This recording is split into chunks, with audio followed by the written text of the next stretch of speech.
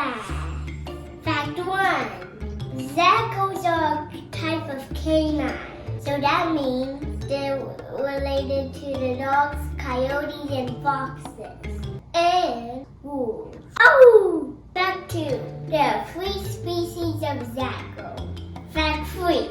Zackos stand at about 16 inches when they become adults. They primarily live in Africa. Shout out to the motherland.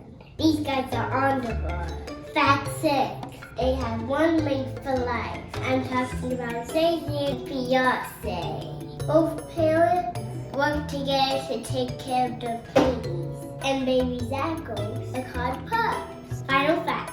Each Zacko family has their own sound that only family members respond to. So for example, if our family call is hoo-hoo, and my brother and sister, mom and dad, will be the only ones to hoo-hoo back. That's all I got today on this file. Pretty cool case. I'm gonna get back to investigating. See you guys on the next Animal Detective video. Hoo-hoo!